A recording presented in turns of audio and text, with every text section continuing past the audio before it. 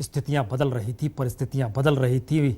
मराठी मानुष हो या धरती पुत्र, परिस्थितियों ने दरअसल विकास के मोड़ पर लाकर उद्धव को खड़ा कर दिया और शिवसेना कार्बन कॉपी लगने लगी। किसकी? शिवसेना भाजपा आरपीआई महायुतीचा। देखो देखो कौन आया। बीजेपी शिवसेना ने मिलकर चुनाव लड़ा और महाराष्ट्र की कुल 48 में से 41 सीटें अपने नाम कर ली, जिसमें से 23 सीटें बीजेपी ने जीती और 18 सीटें शिवसेना के खाते में आई। लेकिन असली परीक्षा विधानसभा चुनावों में होनी थी। उद्धव ठाकरे पिता बाल ठाकरे की सीख को भूल गए। बाल ठाकरे कहा करते थे कि सत्ता का हिस्सा नहीं बनना, सत्ता का रिमोट अपने हाथ में रखना चाहिए। लेकिन उद्धव ने खुद को मुख्यमंत्री का दावेदार पेश करना शुरू कर दिया। उद्धव ठाकरे को मुख्यमंत्री बनना था, इसके वजह से उन्होंने ठीक है, चलो पल भर मान ली बात जी। क्या गलत है उसमें? आपको क्यों ज्यादा सीट चाहिए? क्या आप मंत्रालय में आकर लुका छुपी खेलने वाले कि कैरम खेलने वाले? मैं तो मेरे पार्टी का चीफ हूं, मैं तो चाहूंगा मेरी पार्टी सत्ता में आए, मेरे पार्टी से मुख्यमंत्री बने। मैं क्यों नहीं चाहूंगा? सीटों के बंटवारे को लेकर 25 साल पुराना बीजेपी शिवसेना गठबंधन टूट गया। शिवसेना ने बीजेपी पर जमकर प्रहार किए, नरेंद्र मोदी की तुलना अफजल खान तक से कर दी, लेकिन बीजेपी ने शिवसेना के खिलाफ एक शब्द भी नहीं बोला। मैं बाला साहब के प्रति अपनी श्रद्धा और आदर को व्यक्त करने के लिए शिवसेना के खिलाफ एक शब्द भी नहीं बोलूंगा। चुनाव के नतीजे सामने आए तो शिवसेना के पैरों के नीचे की जमीन खिसक गई।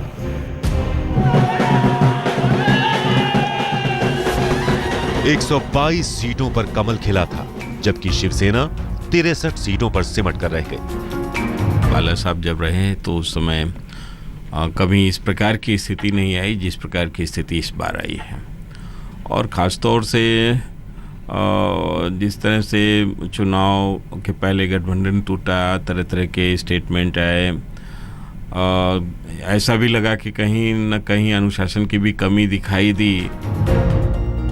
सवाल यह था कि बीजेपी अब किसके साथ सरकार बनाएगी। 25 साल चाहे कुछ भी हो, कितनी भी संकट आने दो, हम साथ रहे बीजेपी के साथ। तो अब ऐसे क्या हो गया? शिवसेना को बीजेपी की तरफ से आखिरी दिन के आखिरी कुछ घंटों तक बुलावे का इंतजार रहा, और जब मुख्यमंत्री देवेंद्र फडणवीस को पद की शपथ लेनी थी, तब भारतीय जनता पार्टी अध्यक्ष अमित शाह ने उद्धव ठाकरे को फोन करके शपथ ग्रहण समारोह में शामिल होने का न्योता भेजा। उद्धव आए, लेकिन उनके पीछे न शिवसेना की हनक थी, न बाल ठाकरे के दौर की ठनक थी। उद्धव खचाखच भरे स्टेडियम में मायूस आंखों से तलाशते रहे वो स्टारडम जो कभी उनके पिता के दौर में शिवसेना का था। आत्मबल असेल, आत्मबल।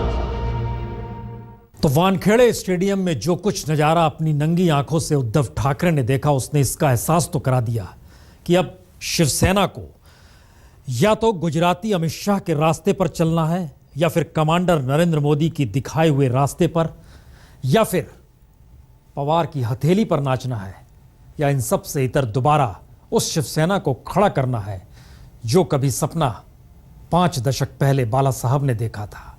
ध्यान दीजिए, शिवसेना दोबारा उसी जगह पर आकर खड़ी हो गई है जहां से शिवसेना ने शुरुआत की थी, और यह उसका अंत भी है, और यह शायद एक नई शुरुआत भी।